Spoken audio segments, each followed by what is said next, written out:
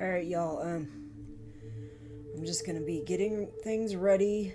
I am starting a little late because unfortunately I was trying to record my next episode of Bridgerton and it was quite a bit longer than I realized. I was thinking it would be a little less than an hour and it was more than an hour, or at least I thought it was more than an hour. So, yeah, I started recording it too late, and yeah, here I am, a little later than I thought, because I was going to start around noon, like at noon. It is 12:07, so let me see. I put my new images in. I have the book ready.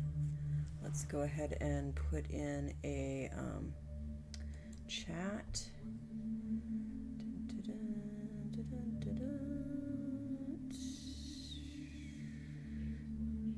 Go home. There. What's that?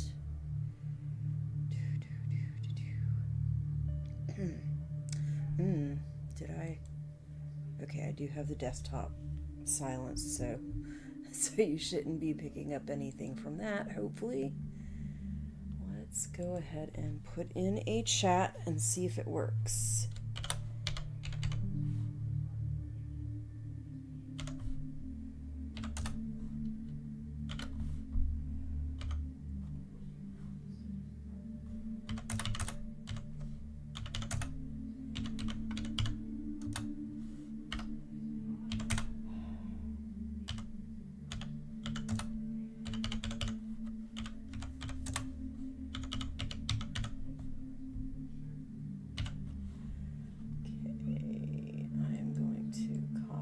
In case it doesn't work,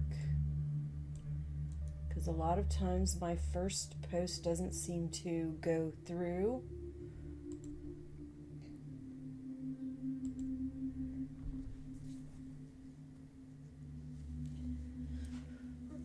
Hey, it went through. Yay. Woohoo. I'm pretty sure my live screen of myself is set up and ready to go. I've got my mic on, I've got my desktop muted, and starting screen is going. I got a chat to go through. Let me look at the schedule and make sure it's mostly correct. The Night of the Seven Kingdoms live stream has to be today rather than Tuesday. That doesn't have to be, but it's going to be because the program runners decided to change their air date to Friday because of the Super Bowl, because they don't want to interrupt the Super Bowl. So, even though it says Tuesday, this week's Night of the Seven Kingdom live stream will be today, around 6 p.m. after we do our evening walk.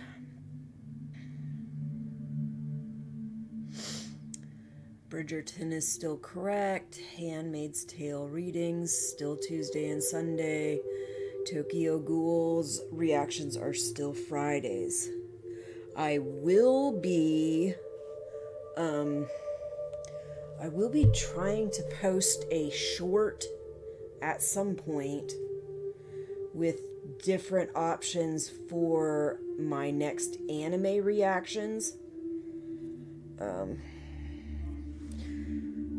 I don't have time to pull them out and read them, but I have a handful of anime reactions that are possibilities for next, because Tokyo Ghoul's season 1 of Tokyo Ghoul season 1 part 1 is going to be over when we get to 12 episodes, and I believe we're at 7 right now, so once we get to 12, we need new episodes, and I gotta make sure that I am ready to go with whatever anime we decide that we're going to react to.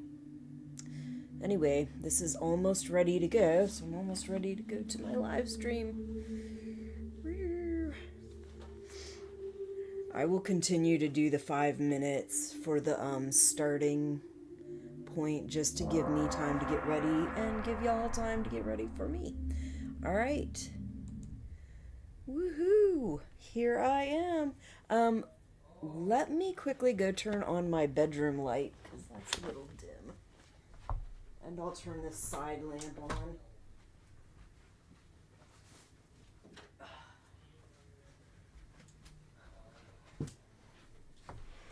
All right.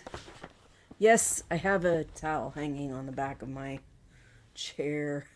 All right, so today we are going to be reading through chapters 19. Is it 19? No, 18 and 19. I thought about adding 20, but because the next couple chapters after 19 are going to be dealing with of Warren's birth. That will be the first birthing ceremony that they present in Handmaid's Tale book. So I'm going to save those for Tuesday. So Tuesday we'll be doing of Warren's births. And then that depends on how long those chapters are, whether I go past that. Anyway, for now, we're June already had that ceremony, and she is dealing with the repercussions of the ceremony and how fucking awful it is, how traumatic it is. So even after it's all done and she's back in her room and she has her own freaking private space to melt down in, she is literally melting down and goes on a chase around the house to try to figure out something to steal, and has that situation where Nick tells her that the commander wants to see you tomorrow. So that will be coming up eventually too. I don't think it's coming up in these next two chapters. So let's go ahead and get to my little intro to the images for Chapter 18.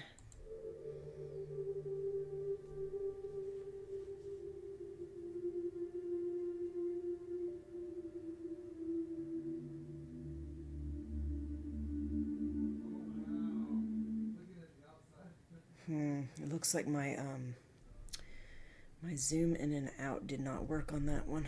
I did not realize that. I could have sworn when I ran it earlier it was working just fine.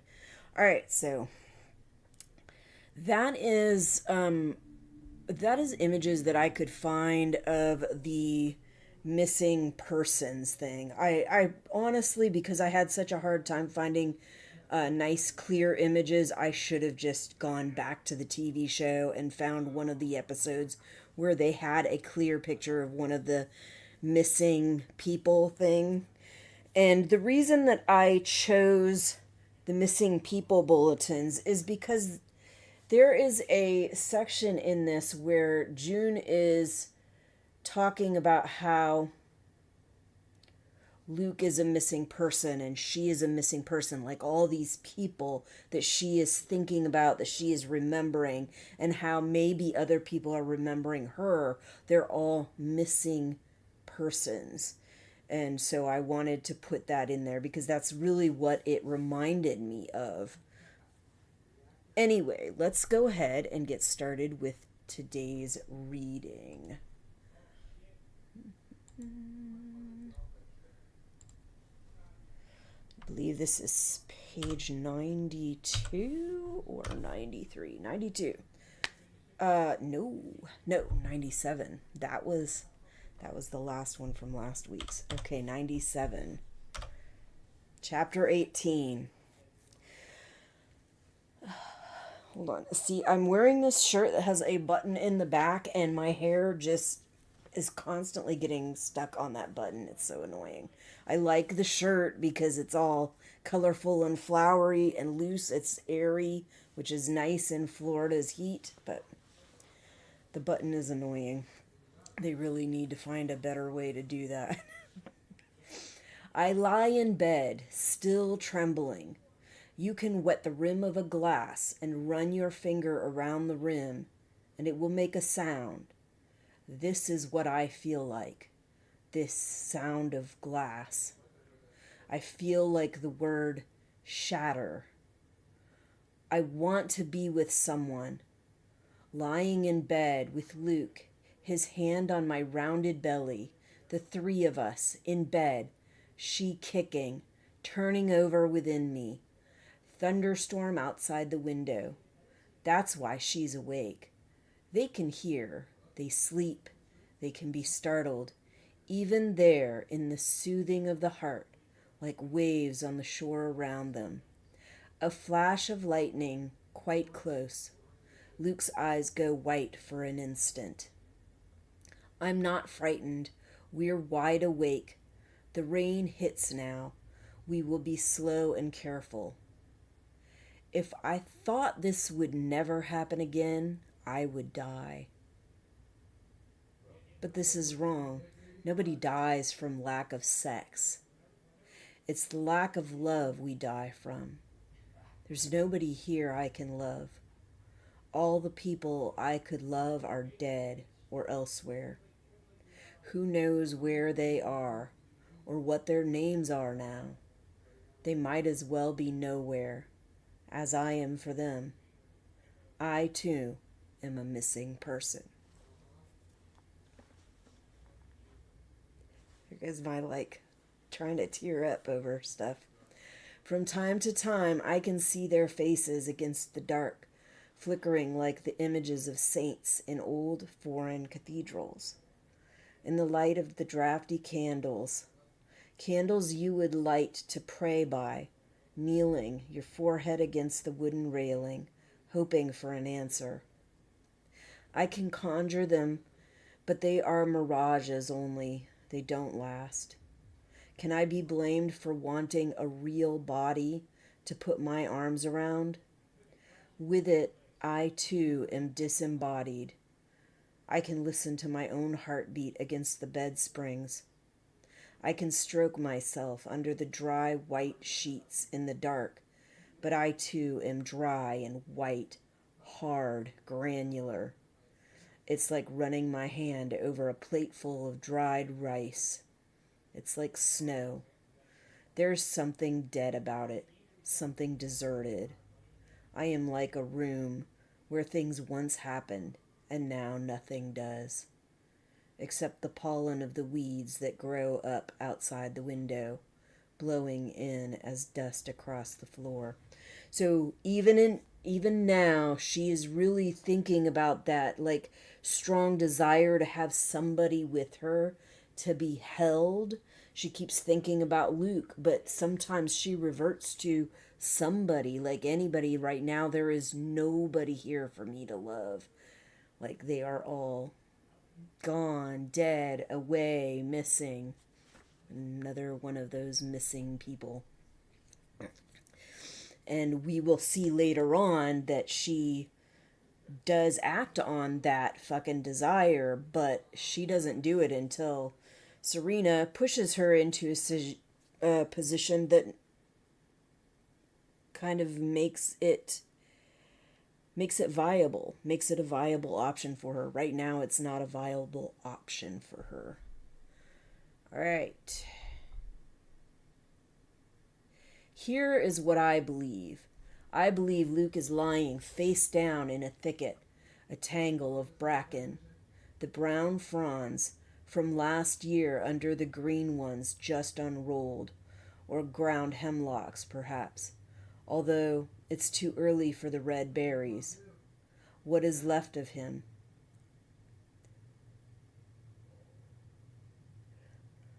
His hair, the bones, the plaid wool shirt, green and black, the leather belt, the work boots. I know exactly what he was wearing.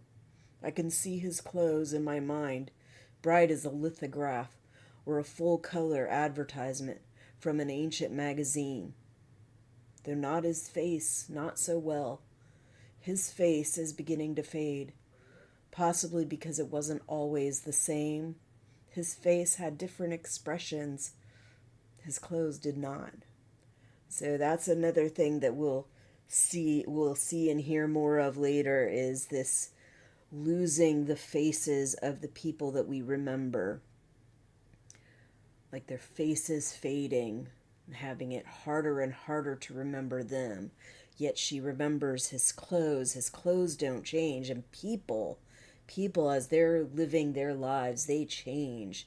They become different people. Their facial expression changes, but also they get older. They think differently. They've gone through different experiences. Those different experiences shape who they are in the present that she's remembering. So, yeah. I pray that the whole, or two, or three, there was more than one shot. They were close together. I pray that at least one hole is neatly, quickly, and finally through the skull, through the place where all the pictures were, so that there would have been only the one flash of darkness or pain. Dull, I hope, like the word thud. Only the one, and then silence. I believe this. I also believe that Luke is sitting up in a rectangle somewhere, gray cement, on a ledge or the edge of something, a bed or chair. God knows what he's wearing. God knows what they've put him in. God isn't the only one who knows, so maybe there could be some way of finding out. He hasn't shaved for a year, though they cut his hair short, wherever they feel like it, whenever they feel like it. For lice, they say. I'll have to revise that. If they cut the hair for lice, they'd cut the beard too, you'd think. Anyway, they don't do it well. The hair is ragged. The back of his neck is nicked. That's hardly the worst. He looks 10 years older, 20. He's been like an old man. His eyes are pouched. Small purple veins have burst in his cheeks. There's a scar, no, a wound. It isn't yet healed. The color of tulips near the stem end, down the left side of his face where the flesh split recently. The body is so easily damaged, so easily disposed of. Water and chemicals is all it is. Hardly more to it than a jellyfish drying on sand.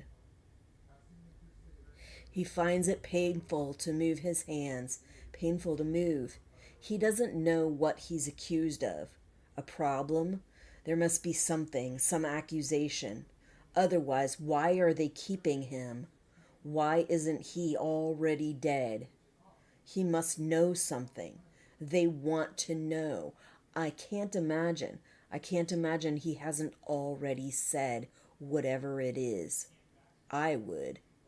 So, and we know that later on, June gets captured and she gets put in whatever prison that they decide to put her in.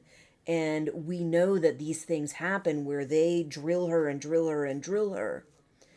And she says that she can't imagine that he wouldn't have already said whatever it is that they're drilling for, that she would. But we also know that when she is captured, I don't think this happens on the book, but on the show, she gets captured over and over again. And when she gets captured, most of the time, she clamps down. She doesn't tell them shit until they use her daughter. Once they use her daughter, that's it. That's when she does give in and she tells them whatever it is that they want to hear. He is surrounded by a smell, his own, the smell of a cooped up animal in a dirty cage. I imagine him resting because I can't bear to imagine him at any other time. Just as I can't imagine anything below his collar, above his cuffs. Below his collar, above his cuffs. I don't want to think what they've done to his body. Does he have shoes? No. The floor is cold and wet. Does he know I'm here, alive, that I'm thinking about him? I have to believe so. In reduced circumstances, you have to believe all kinds of things. I believe in thought transference now, vibrations in the ether, that sort of junk that I never used to. I also believe that they didn't catch him, or catch up with him after all, that he made it, reached the bank, swam the river, crossed the border, dragged himself up on the far shore, an island, teeth chattering, found his way to a nearby farmhouse, was allowed in, with suspicion at first, but then, when they understood who he was, they were friendly, not the sort who would turn him in. Perhaps they were Quakers. They will smuggle him inland, from house to house. The woman made him some hot coffee and gave him a set of her husband's clothes. I picture the clothes. It comforts me to dress him warmly. So a lot of this paragraph right here is like it's almost like little bits of pieces from different escapes. So he does escape. We know that from the TV show, but not in the way that she pictures. So some of this might be similar to his escape. Some of this is more like Moira's eventual escape, which we'll get later on in the book. Some of this is a little bit like some of her escapes. And the whole thing with the Quakers, the possibility of the Quakers, when Moira escapes, as far as I recall, it's Quakers that take her in. It's Quakers that get her going through the underground to get her out of there. On the book. I think also, is it in the book? Maybe I'm thinking of the wrong thing. No, because I think what it was that originally Moira was working with Quakers or something like that. I get it a little bit confused, but I know there was a period in time where Moira was using the underground, but she ended up getting caught. As far as I know, that was the first time she got caught. And she possibly was working with Quakers. There is also a period of time where June is escaping, and she is held up with Quakers, and they are helping her get through the underground. And some of this is from the book and some of this is from the show. So it's all just like splattered here and there. But that's kind of how they spread the show out through 5 seasons, by taking little bits and pieces. They extend the story on, but they take little bits and pieces that are in the book and they use it in that storyline so that you still get some continuity of what Margaret Atwood had written about, but because she did not write the full story, they're able to extend that story on past the end of this book. Anyway, let's get on with it. He made contact with the others. There must be a resistance, a government in exile. Someone must be out there, taking care of things. I believe in the resistance, as I believe there can be no light without shadow, or rather, no shadow unless there is also light. There must be a resistance. Or where do all the criminals come from on the television? So this is another thing which we get more of later on in the book and is splattered throughout the show. The resistance, which they call Mayday, and she will eventually be involved in Mayday, but I think at this point she is still not quite there. She might be getting close. I think when Glenn got to where she was confident enough to let June know that there might be an eye in the house, that is when June started to more to contemplate more the idea of working in a resistance. So maybe she's getting there, but I don't think she's quite there yet. But she'll get there. Anyway, let's see. Any day now, there may be a message from him. It will come in the most unexpected way from the least likely person, someone I never would have suspected. Under my plate, on the dinner tray, slipped into my hand as I reached the tokens across the counter in all flesh. So this was, when I read this again, this was something I was thinking about. The first time reading this, I didn't even remember this paragraph was a thing. So to me, this is like huge foreshadowing. She is going to eventually get a message. When she does not expect it, it's not going to be anything that she came up with. And I don't know at what point after this it's coming, but I know it will come. So she will get this message. And before that, she had pretty much reserved herself. At this point, she has not reserved herself to the idea that he's dead and there's no other possibility. But by the point that she gets that message, she's pretty much decided he's dead. He's not alive. So anyway, the message will say that I must have patience. Sooner or later, he will get me out. We will find her, wherever they've put her. She'll remember us, and we will be all three of us together. And that's not the message she gets, but still, she does get a message to at least know that he's alive. Meanwhile, I must endure, keep myself safe for later. What has happened to me, what's happening to me now, won't make any difference to him. He loves me anyway. He knows it isn't my fault. The message will say that also. It's this message, which may never arrive, that keeps me alive. I believe in the message.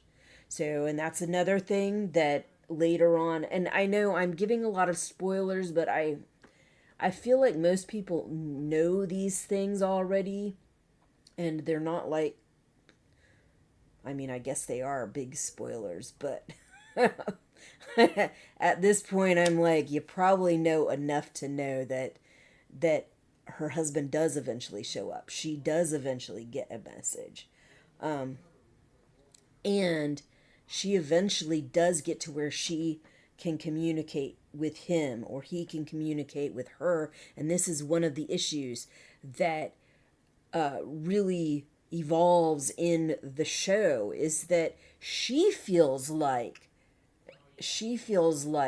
less than. She feels like he's not going to love her. He's not going to be able to accept what's happened. He's not going to be able to forgive her or whatever, but it's mostly because she doesn't forgive herself. It's mostly a like shame in herself. And so he's like, I still love you. I know that everything you've been through is not your fault. And that I love you anyway. And for her, I think the shame is so deep that she just doesn't feel that. And so it takes him quite a while of trying to get her to understand that. Like, this shit that they've put you through is not your fault. Okay. The things I believe can't all be true, though one of them must be. So either he died in those woods where she was trying to escape, he was taken and imprisoned, but is still alive, and they're keeping him for some reason, and he's just a slowly, like, aging and disheveled prisoner, basically.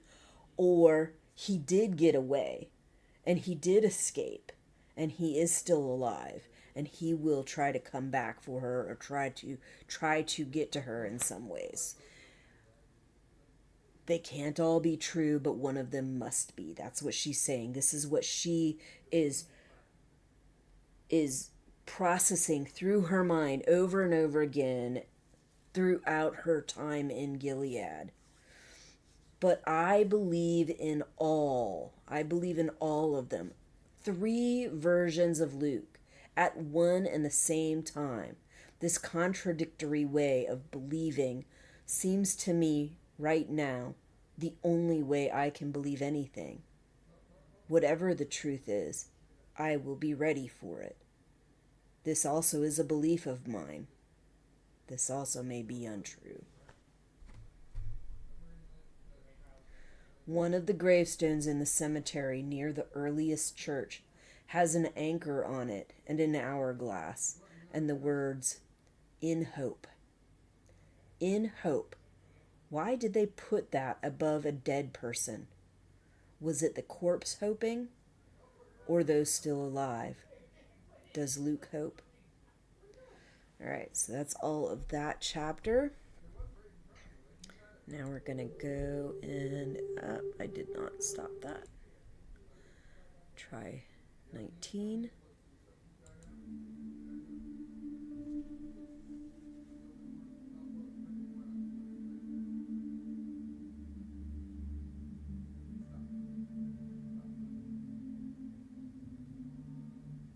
Okay, so chapter 19, she's going to be talking about those classes that Aunt Lydia was providing, where she talks about how the whole plague of infertility started. Let's go back to live scene. And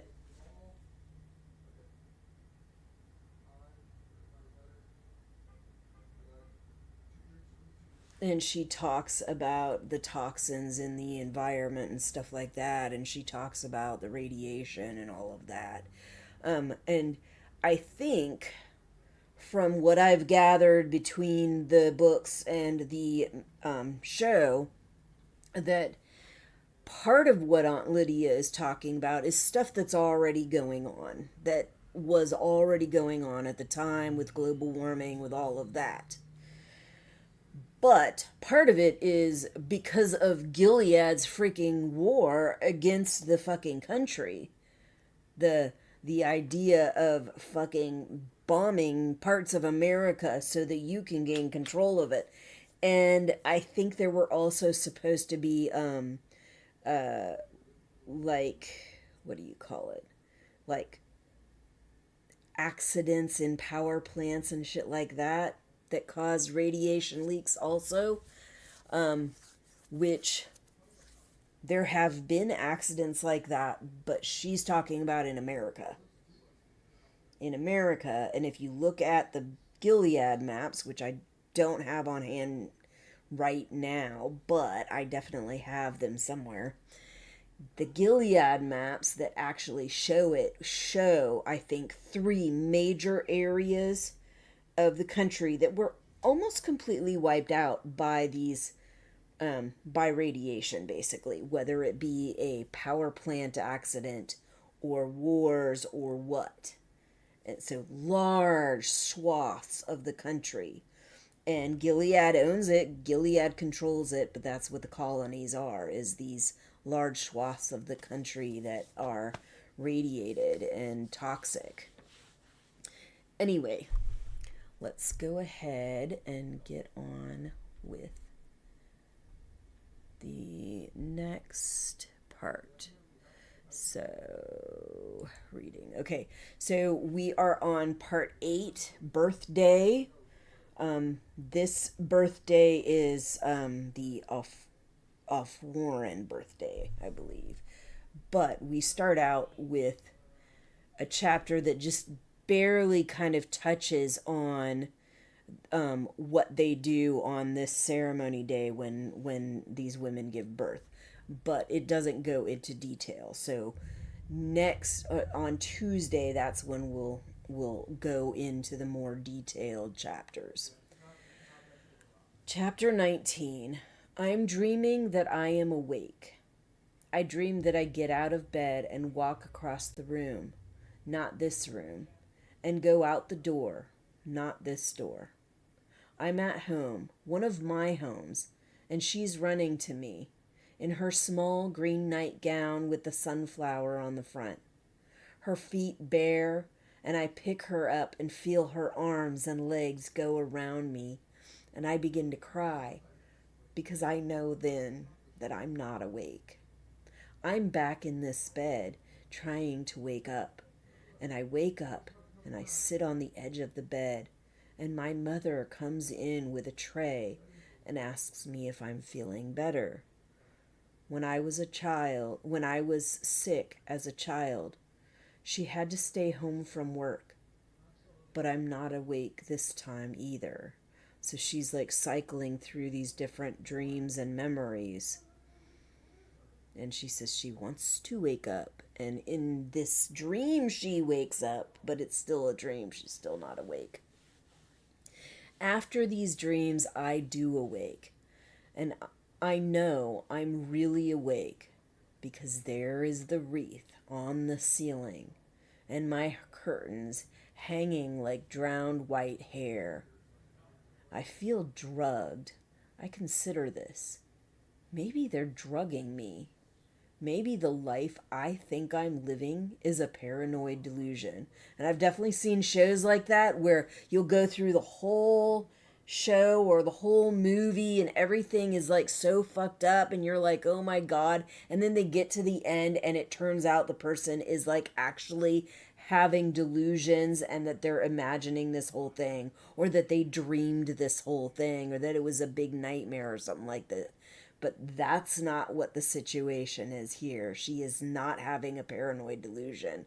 This is her reality. And I find it interesting that her way of deciding that she's actually awake is that, again, it's the fucking eye in her ceiling where the chandelier used to be and no longer exist. It's the droopy white curtains that she knows every time she sees them that this is just, it's like more of the same, this nightmare I am in that is my unfortunate reality, her reduced circumstances. Not a hope. I know where I am, and who, and what day it is. These are the tests, and I am sane. Sanity is a valuable possession. I hoard it the way people once hoarded money. I save it so I will have enough when the time comes. Grayness comes through the curtains, hazy, bright, not much sun today. I get out of bed, go to the window, kneel on the window seat, the hard little cushion, faith, and look out. There is nothing to be seen. I wonder what has become of the other 2 cushions. There must have been 3 once. Hope and Charity, where have they been stowed? Serena Joy has tidy habits. She wouldn't throw away anything not quite worn out. One for Rita, one for Cora, maybe? The bell goes. I'm up before it, ahead of time. I dress, not looking down. I sit in the chair and think about the word chair. It can also mean the leader of a meeting. It can also mean a mode of execution. It is the first syllable in charity. It is the French word for flesh. None of these facts has any connection with the others. These are the kinds of litanies that I use to compose myself. In front of me is a tray, and on the tray are a glass of apple juice, a vitamin pill, a spoon, a plate with 3 slices of brown toast on it, small dish containing honey, and another plate with an egg cup on it. The kind that looks like a woman's torso in a skirt. Under the skirt is the second egg, being kept warm. The egg cup is white china with a blue stripe. The first egg is white. I move the egg cup a little, so it's now in the watery sunlight that comes from through the window and falls brightening, waning, brightening again on the tray. The shell of the egg is smooth but also grained. Small pebbles of calcium are defined by the sunlight, like craters on the moon. It's a barren landscape, yet perfect. It's the sort of desert the saints went into, so their minds would not be distracted by profusion. I think that this is what God must look like, an egg. The life of the moon may not be on the surface, but inside. The egg is glowing now, as if it had an energy of its own. To look at the egg gives me instant pleasure. The sun goes and the egg fades. I pick the egg out of the cup and finger it for a moment. It's warm. Women used to carry such eggs between their breasts to incubate them. That would have felt good. The minimalist life. Pleasure is an egg. Blessings that can be counted on the fingers of one hand. But possibly, this is how I am expected to react. If I have an egg, what more can I want? In reduced circumstances, the desire to live attaches itself to strange objects. I would like a pet, a bird, say, or a cat, a familiar, anything at all familiar. A rat would do, in a pinch, but there's no chance of that. This house is too clean. I slice the top off the egg with the spoon and eat the contents. While I'm eating the second egg, I hear the siren at a great distance at first, winding its way towards me among the large houses and clipped lawns. A thin sound like the hum of an insect. Then nearing, opening out like a flower of sound opening, into a trumpet. A proclamation, this siren. I put down my spoon. My heart speeds up. I go to the window again. Will it be blue and not for me? But I see it turn the corner, come along the street, stop in front of the house, still blaring, and it's red. Joy to the world! Rare enough these days. I leave the second egg half eaten, hurry to the closet for my cloak, and already I can hear feet on the stairs and the voices calling. Hurry, says Cora, won't wait all day. And she helps me on with the cloak. She's actually smiling. So, if you haven't figured it out and you haven't read this or watched the show, what the siren is from a van, basically, that they are going to be carting all the housewives in, or the handmaids in. Housewives, that they're going to be carting the handmaids in to take them to this birthing ceremony. They call this the birth mobile. The red one is the birth mobile, and that's where all the handmaids are going, and they're going to cart the handmaids to the house of the person that is giving birth. Well, it's not technically her house. It's the wife's and the commander's house, but she is giving birth to their baby. It's not their baby, but they're going to steal it anyway. But anyway, that's another issue for another day, I guess.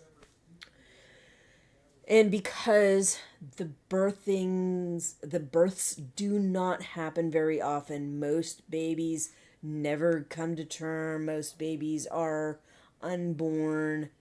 Most women don't get pregnant. Most of the men don't get the women pregnant.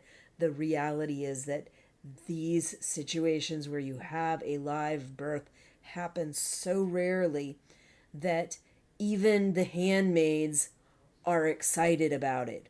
This is a baby coming into the world, which is what they are there for is to produce more babies because not enough women can produce them. I mean, frankly, not enough men and women can produce them, but Gilead claims that it's just the women. The women are the problem and the men are not. But either way, doesn't happen often, so the Marthas are excited, the handmaids are excited. It's an exciting day. All right. I almost run down the hall. The stairs are like skiing. The front door is wide. Today I can go through it, and the guardians stand there saluting. It's starting to rain, a drizzle, and the gravid smell of earth and grass fills the air. The red birthmobile is parked in the driveway. Its back door is open, and I clamber in. The carpet on the floor is red. Red curtains are drawn over the windows. There are 3 women in here already, sitting on the benches that run the length of the van on either side. The guardian closes and locks the double doors and climbs in the front. Beside the driver, through the glassed-over wire grill, we can see the backs of their heads.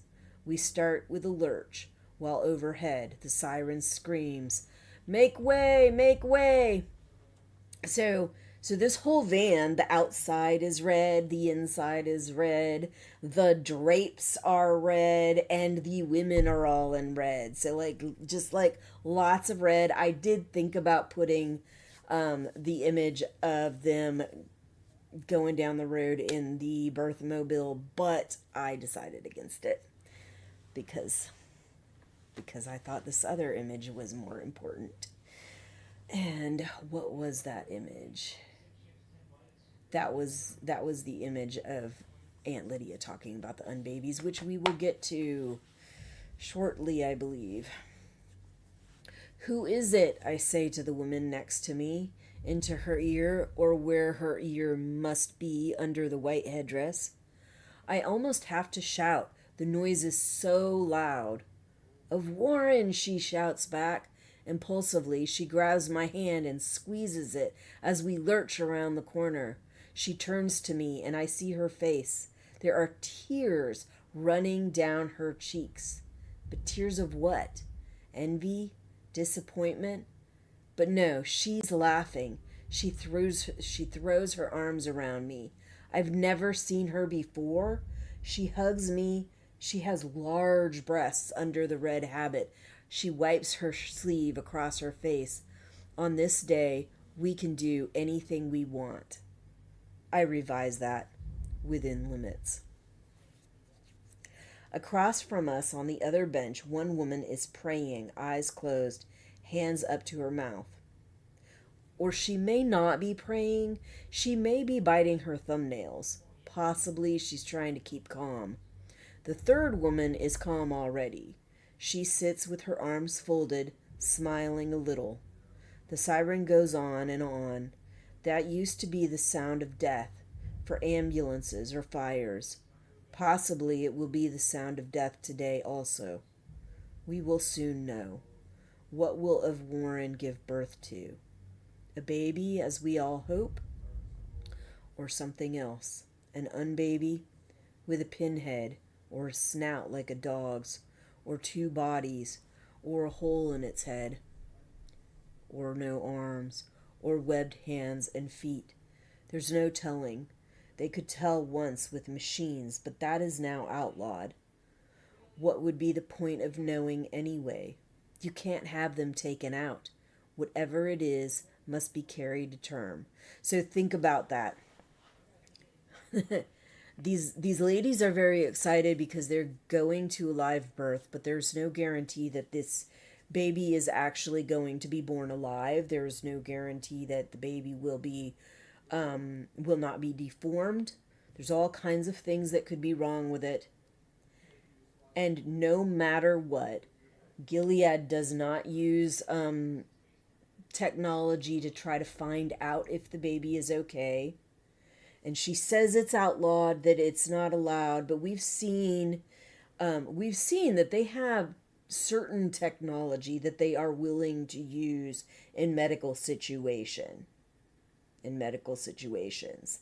And I highly doubt that they don't actually have the ability to use these, that maybe they're just uh, intentionally not doing it and saying that they don't have access to it, that it's illegal, because they're fucking particularly cruel. The reality that they force them to carry to term no matter what condition that fetus is in, is kind of fucked up.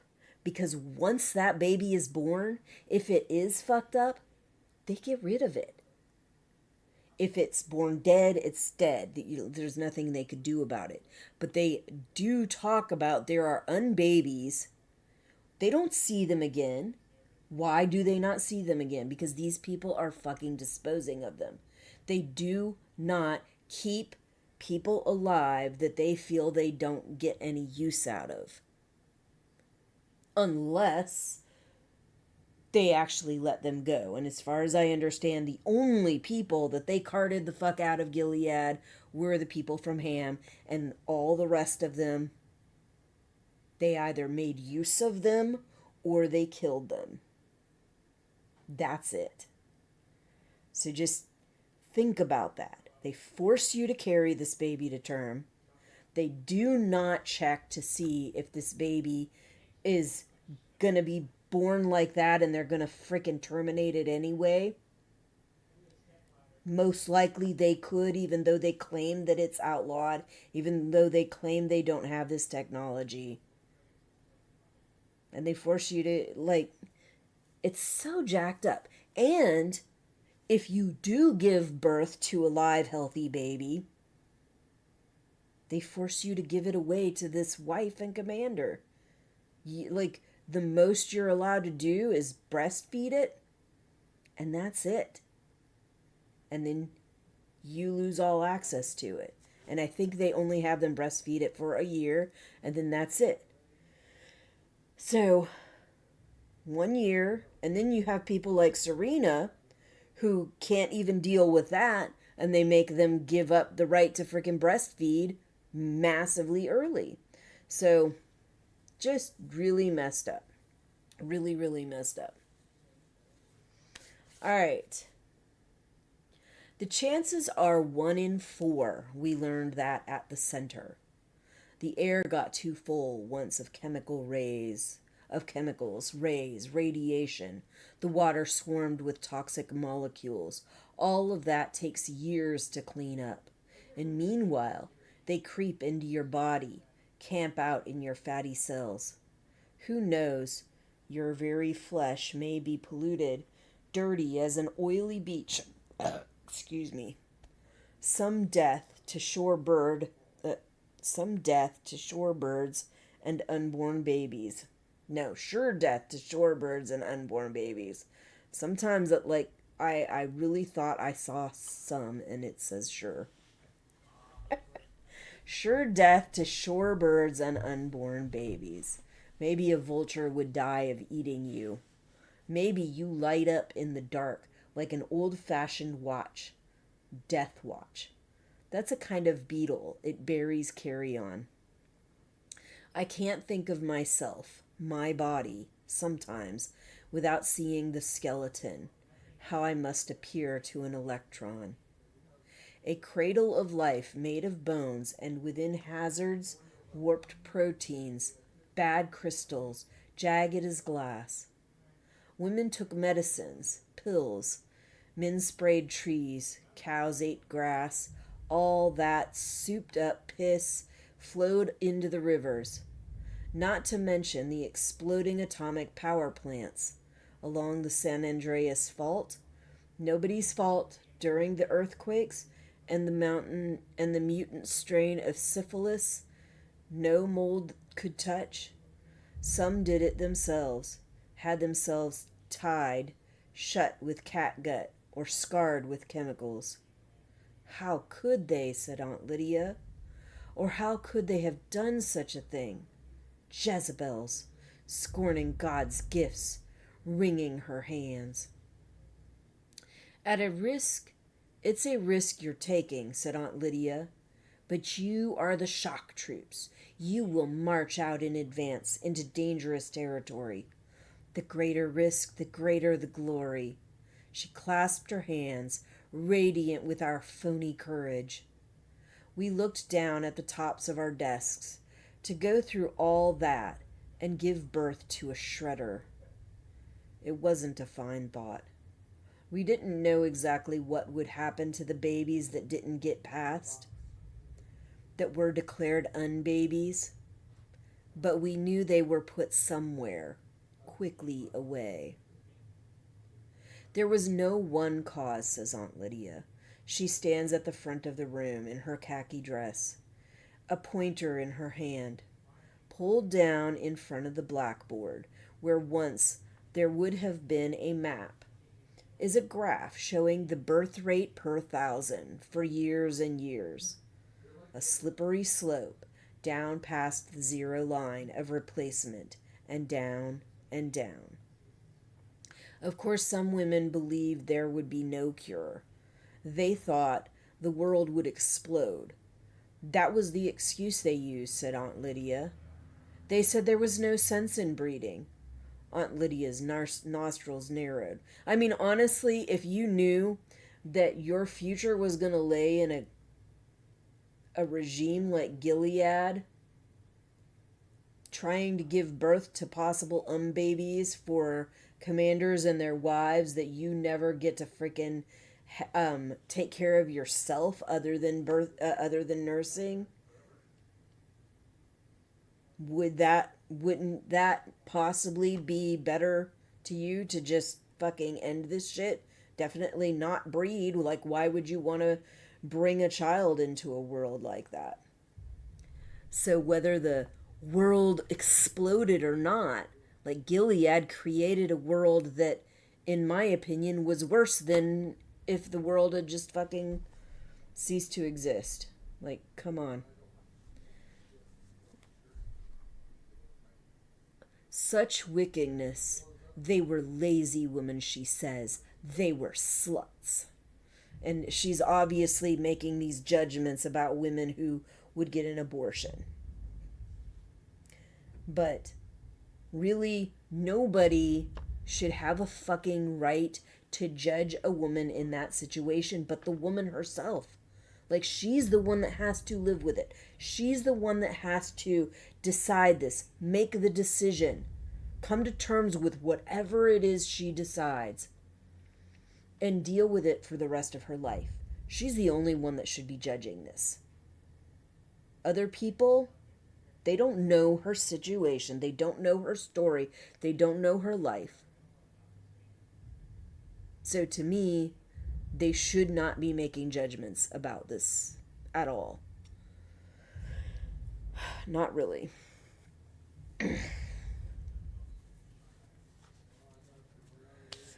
On the top of my desk, there are initials carved into wood and dates.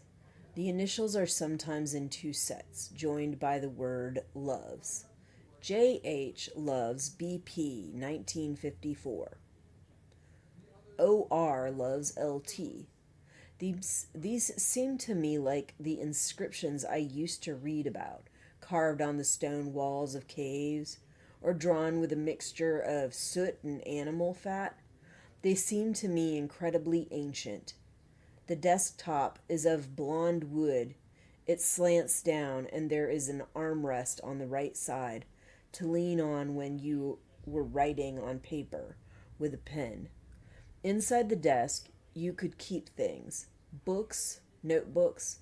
Those habits of former times appear to me now lavish, decadent almost, immoral, like the orgies of a barbarian regimes. M. loves G, 1972. This carving, done with a pencil dug many times into the worn varnish of the desk, has the pathos of all vanished civilizations. It's like a handprint on stone. Whoever made that was once alive. So it's interesting, like, I didn't remember this paragraph either. She's saying that she has this desk in there, and it literally has this stuff carved on the wood in it. And I get that they didn't realize that that carving was there in her closet or wherever it was that says the Carborundorum comment or whatever. But this stuff to me should be more obvious. It's an individual desk. They would have had to clean it up. They would have had to make sure that it's placed in there. Like, I would think they would have inventoried this stuff and checked it out. And it's got freaking writing scratched all over it. And these girls aren't supposed to be able to read or write. Not legally. So, just something that strikes me as odd. There are no dates after the mid 80s. This must have been one of the schools that was closed down then for lack of children. They made mistakes, says Aunt Lydia. We don't intend to repeat them. Her voice is pious, condescending, the voice of those whose duty it is to tell us unpleasant things for our own good. I would like to strangle her. I shove this thought away almost as soon as I think it. So these are actually desks in the Red Center in the classrooms that they're in. But either way, like, you have all these desks and you didn't make sure that these carvings aren't sanded down, that they're not painted over or whatever. For all these girls that are not supposed to be allowed to read and not allowed to write. Very odd. A thing is valued, she says, only if it is rare and hard to get. We want you to be valued, girls. She is rich in pauses, which she savors in her mouth. Think of yourselves as pearls. We, sitting in our rows, eyes down, we make her salivate morally. We are hers to define. We must suffer her adjectives. I think about pearls. Pearls are congealed oyster spit. This is what I will tell Moira later if I can. All of us here will lick you into shape, says Aunt Lydia with satisfied good cheer. The van stops. The doors open. The guardians herd us out. At the front door stands another guardian with one of those snubby machine guns slung over his shoulder.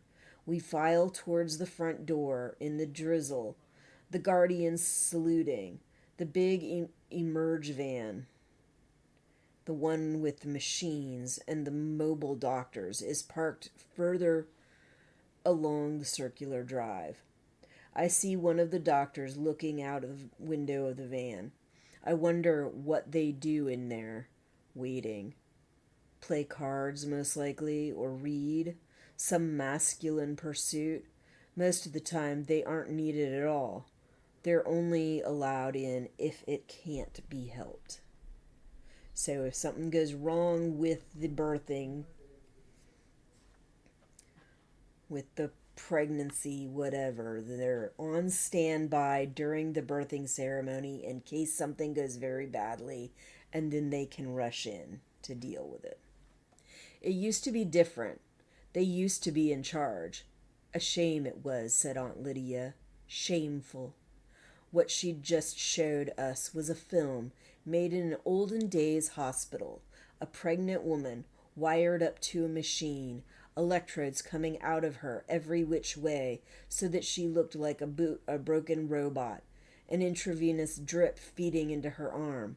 Some man with a searchlight looking in between her legs where she's been shaved.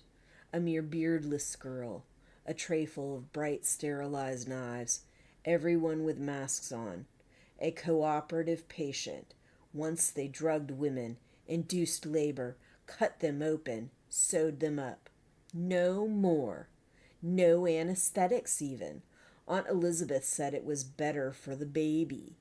But also, I will greatly multiply thy sorrow and thy conception. In sorrow thou shalt bring forth children. At lunch we got that. Brown bread and lettuce sandwiches. So now she's demonizing the medical care that women got when they were having high risk labor and delivery, and when shit was going wrong. Like, she's literally demonizing these doctors for helping women that are having difficult labor and delivery. Like, what the actual fuck? So these doctors are there trying to make sure that these women can give birth, that they're okay. I get sort of the complaint about, oh, there's no more anesthetics. Oh, they used to drug the women and all this other shit. Yeah, I get that.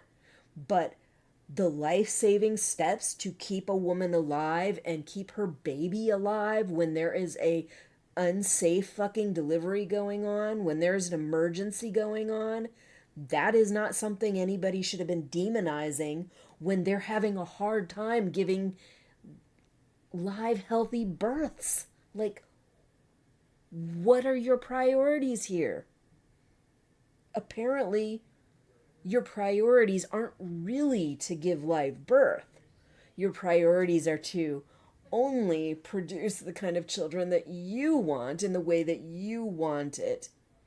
And to make sure that the women giving birth are fucking suffering. Alright. As I'm going up the steps, wide steps, with a stone urn on either side, of Warren's commander must be higher status than ours. I hear another siren. It's the blue birthmobile for the wives. That will be Serena Joy, arriving in state. No benches for them. They get real seats. Upholstery. They face front and are not curtained off. They know where they're going. So they get to actually see outside the window. They're not in a fucking all red vehicle. Theirs is blue. I don't know what colors are in the vehicle, but they're allowed to look out the window. They're faced front. They have real seats, not bench seats. You know, they're like living in the lap of luxury kind of thing. But anyway. Probably Serena Joy has been here before, to this house, for tea. Probably of Warren, formerly that whiny bitch Janine, was paraded out in front of her and the other wives, so they could see her belly, feel it perhaps, and congratulate the wife. A strong girl, good muscles. No Agent Orange in her family. We checked the records. We can never be too careful. And perhaps one of the kinder ones. Would you like a cookie, dear? So we'll see that later on in the TV show, where June is in one of these fucking things, and this goddamn woman that, like, these women are sitting there insulting them, and then she asks her, like she's a fucking dog or a child, would you like a cookie, dear? And then gives her a fucking cookie, and then I think Serena, like, tries to force her to eat it, even though it's like the whole situation has turned her stomach. Alright. Oh no, you'll spoil her. Too much sugar is bad for them. Surely one won't hurt. Just this once, Mildred. And sucky Janine. Oh yes, can I, ma'am, please? So in the show, I believe it's the same situation. It is what I had talked about. This scene, this scenario being enacted during of Warren's birthing ceremony. And in that case, on the show, they actually asked June if she would like a cookie. And it was almost word for word. You'll spoil her. Too much sugar is bad for them. Blah, blah, blah, blah. It was really offensive. Such a so well behaved, not surly like some of them. Do their job and that's that. More like a daughter to you, as you might say. One of the family. Comfortable matronly chuckles. That's all, dear. You can go back to your room. And after she's gone, little whores, all of them. But still, you can't be choosy. You take what they hand out, right, girls?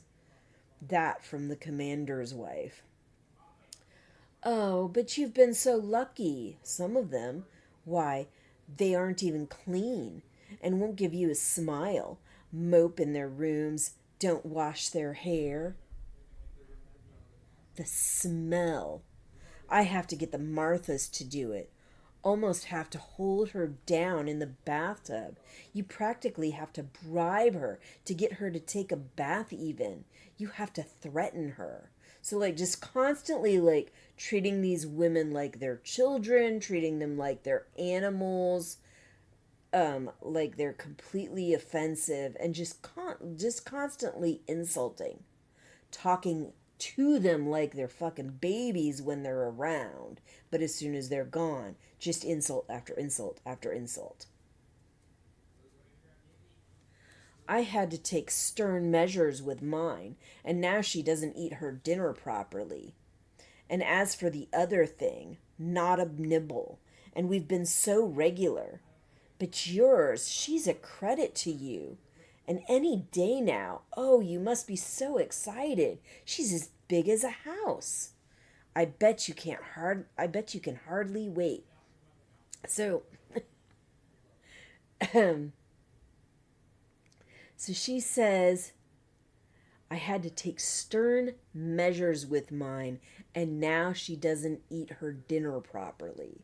Like, what the fuck did you do to that handmaid that she doesn't eat her fucking dinner properly? And this kind of stuff, like, you should really think about this, but this kind of stuff also happened a lot with the fucking ants. The ants are like doing shit to these women to punish them because all they have to do is make sure they can still give birth, that their body is healthy to give birth. But if your fucking eye is poked out, oh well. If you've had an arm or a leg chopped off, oh well. If your feet are all bludgeoned to death, whatever. They don't care as long as you can give birth to a baby and your body on the inside can give birth to a hopefully healthy baby. But outside of that, they don't fucking give a fuck. It's so fucking disgusting. And it looks like some of these wives have the same kind of mentality. I can punish them in ways that can fuck them up, but as long as they're still able to give birth, as long as they're still able to carry the baby in as healthy a bodily environment as possible.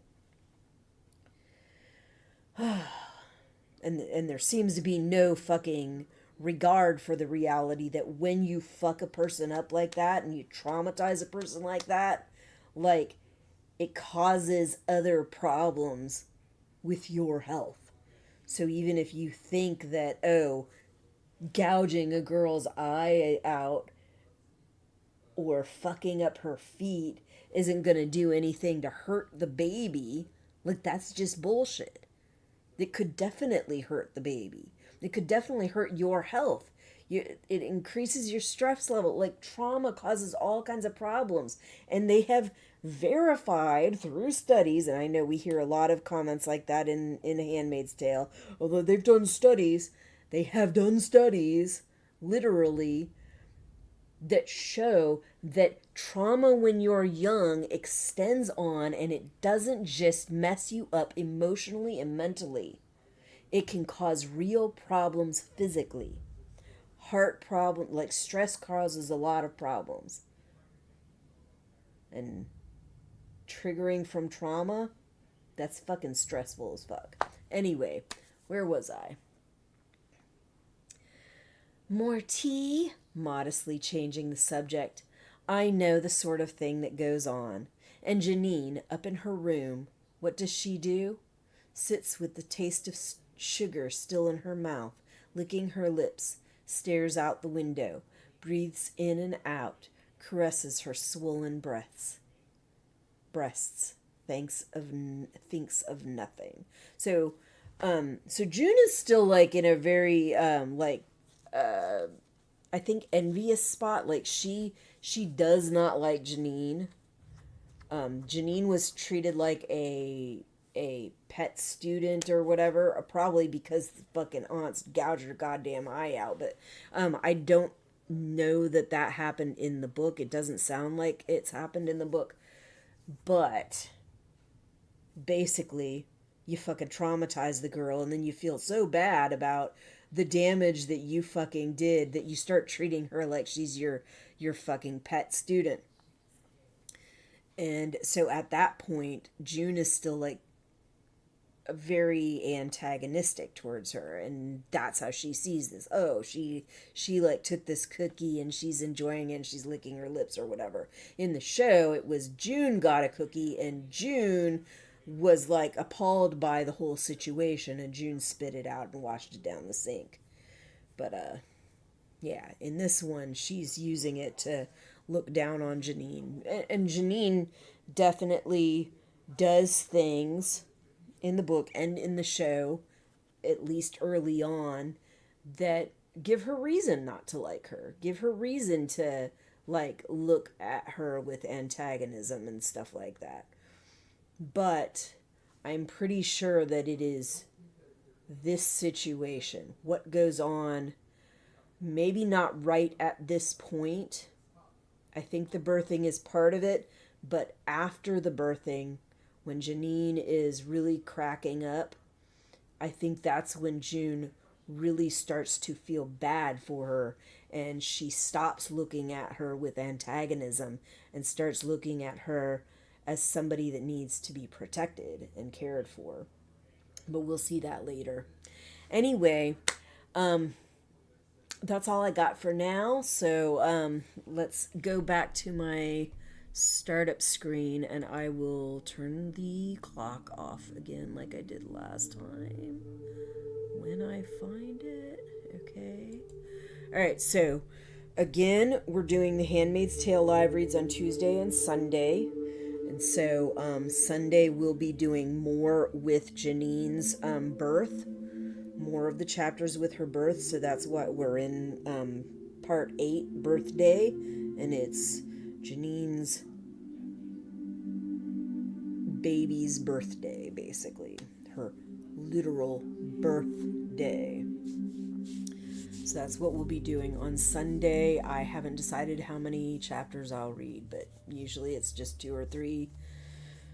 That's how many I've done so far. It usually depends on how many pages are in the chapters and stuff like that, how I feel about whether I'll be able to read them in time. And the only reason I did less this time was partially because I wanted to save the next chapters to keep more of the Janine birthing situation together, but also because I'm having this Night of the Seven Kingdoms live after watch today, when usually I do it Sunday. So that's just like a little bit of a change in my weekend schedule. So I just felt like I might need a little more downtime and less time on this so that I can do other stuff. I'm also trying to clean the baseboards in my house to get ready to have the walls painted, and eventually to get the floors redone, get the floors redone so that I can put my damn house up for sale and get it sold. But I keep procrastinating. So anyway, I at least have the dining room and the kitchen baseboards all cleaned, the walls all cleaned, so that I can start working on that. But I've got to get the living room, the computer room, the laundry room, and the bathrooms done still. The bedrooms, I think the carpet in the bedrooms, in all 3 of our bedrooms, are good enough that we should be able to get a steam cleaner to them and that they should look all right. So I'm probably going to leave the bedroom carpets in. But the rest of it is going to be probably vinyl, linoleum, whatever the stuff that looks like wood, except the kitchen and bathrooms. I don't want the stuff that looks like wood. I want it to look more like a marble or something like that.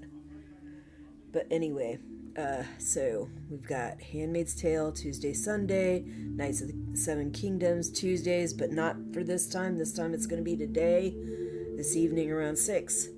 Bridgerton Season 4 reactions I'm posting on Saturdays, and Tokyo Ghoul reactions on Fridays.